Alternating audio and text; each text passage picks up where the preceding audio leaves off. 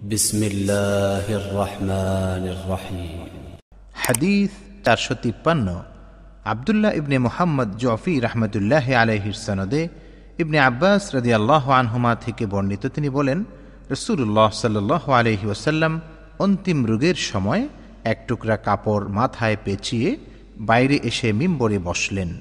আল্লাহর প্রশংসা ও সানা সিফাত বর্ণনা করার পর বললেন, জান মাল দিয়ে আবু বকর ইবনে কুহাফার চাইতে অধিক আর কেউ আমার প্রতি ইহসান করেনি। আমি কাউকেও অন্তরঙ্গ বন্ধুরূপে গ্রহণ করলে অবশ্যই আবু বকরকে গ্রহণ করতাম, তবে ইসলামের বন্ধুত্বই উত্তম।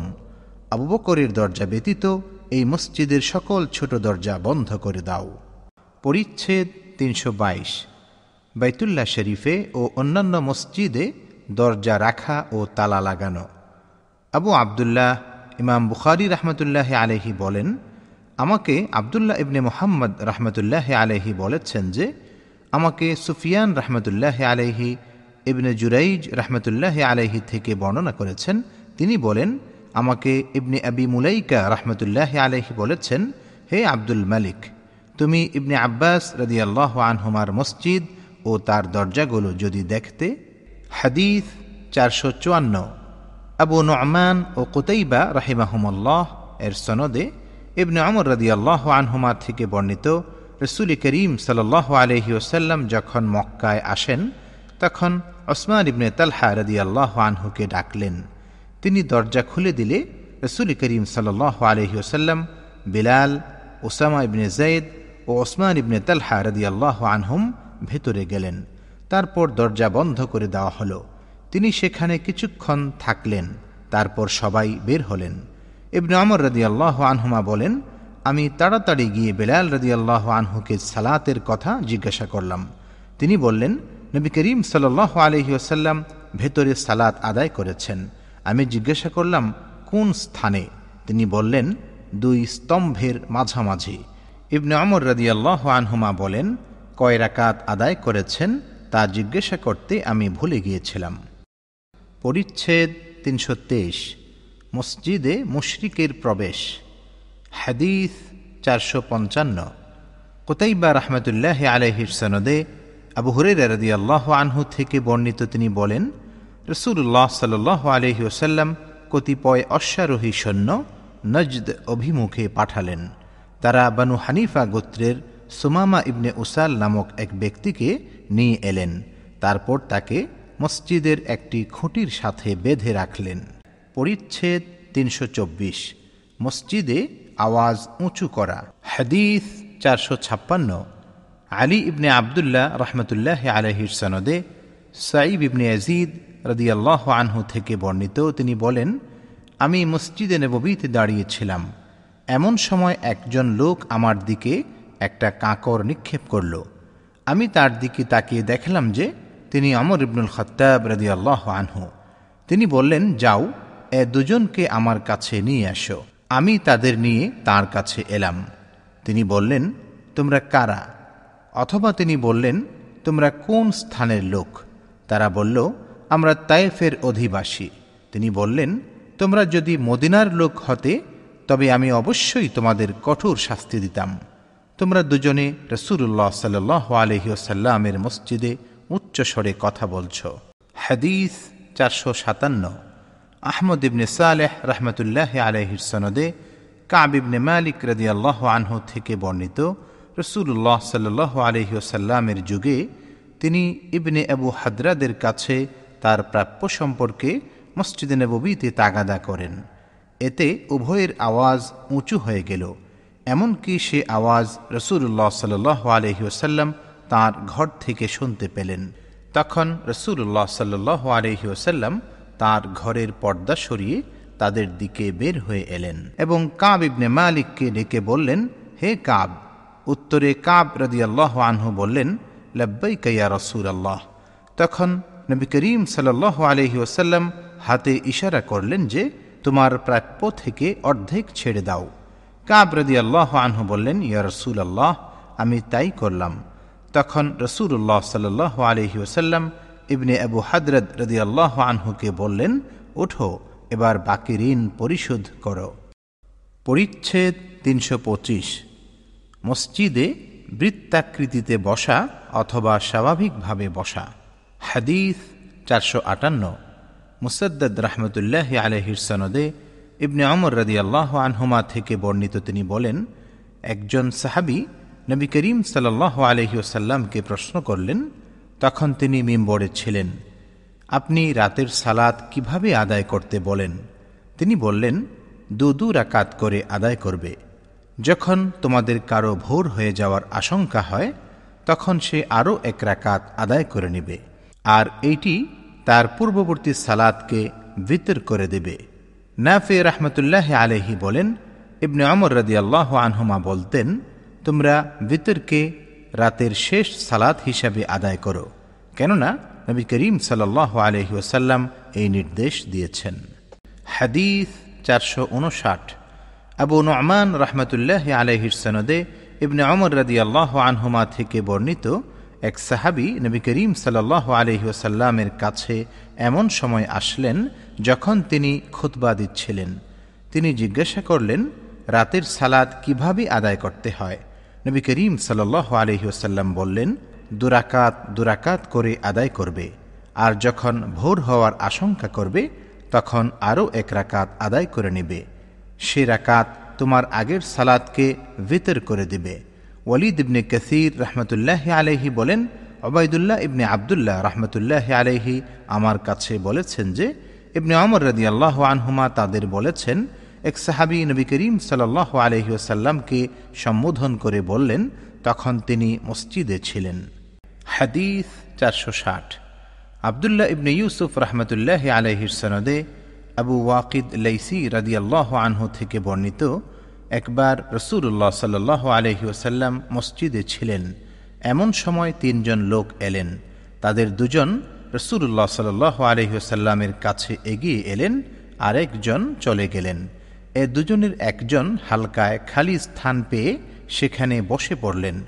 দ্বিতীয় ব্যক্তি মজলিসের পেছনে বসলেন, আর তৃতীয় ব্যক্তি পিঠ টান দিয়ে সরে পড়লেন। রাসূলুল্লাহ সাল্লাল্লাহু আলাইহি ওয়াসাল্লাম কথাবার্তা থেকে অবসর হয়ে বললেন, আমি কি তোমাদের ওই 3 ব্যক্তি সম্পর্কে খবর দেব? এক ব্যক্তি তো আল্লাহর দিকে অগ্রসর হল, আল্লাহ ও তাকে আশ্রয় দিলেন। দ্বিতীয় ব্যক্তি লজ্জা করল, আর আল্লাহ তাআলাও তাকে বঞ্চিত করতে লজ্জাবোধ করলেন। তৃতীয় ব্যক্তি মুখ ফিরিয়ে নিল, কাজেই আল্লাহ ও তার থেকে ফিরে থাকলেন। পরিচ্ছেদ 326 মসজিদে চিত হয়ে শোয়া। হাদিস 461 আবদুল্লাহ ইবনে মাসলামা রাহমাতুল্লাহি আলাইহির সনদে আব্বাদ ইবনে তামিম রাহমাতুল্লাহি আলাইহি তার চাচা থেকে বর্ণনা করেন, তিনি অর্থাৎ তার চাচা রাসূলুল্লাহ সাল্লাল্লাহু আলাইহি ওয়াসাল্লামকে মসজিদে চিত হয়ে এক পায়ের উপর আরেক পা রেখে শুয়ে থাকতে দেখেছেন। ইবনে শিহাব রাহমাতুল্লাহি আলাইহি সাঈদ ইবনে মুসাইয়িব রাহমাতুল্লাহি আলাইহি থেকে বর্ণনা করেন যে ওমর রাদিয়াল্লাহু আনহু ও ওসমান রাদিয়াল্লাহু আনহু এরূপ করতেন। পরিচ্ছেদ 327 লোকের অসুবিধা না হলে রাস্তায় মসজিদ বানানো বৈধ। হাসান বসরি, আইয়ুব এবং মালিক রাহিমাহুমুল্লাহ এরূপ বলেছেন। হাদিস 462 ইয়াহইয়া ইবনে বুকাইর রাহমাতুল্লাহি আলাইহির সনদে নবী করিম সাল্লাল্লাহু আলাইহি ওয়াসাল্লামের সহধর্মিনী আয়েশা রাদিয়াল্লাহু আনহা থেকে বর্ণিত, তিনি বলেছেন, আমার জ্ঞান মতে আমি আমার পিতামাতাকে সবসময় দ্বীনের অনুসরণ করতে দেখেছি, আর আমাদের এমন কোনো দিন যায়নি যে রাসূলুল্লাহ সাল্লাল্লাহু আলাইহি ওয়াসাল্লাম সে দিনের উভয় প্রান্তে সকাল সন্ধ্যায় আমাদের কাছে আসেননি। তারপর আবু বকর রাদিয়াল্লাহু আনহুর মসজিদ নির্মাণের প্রয়োজন দেখা দিল।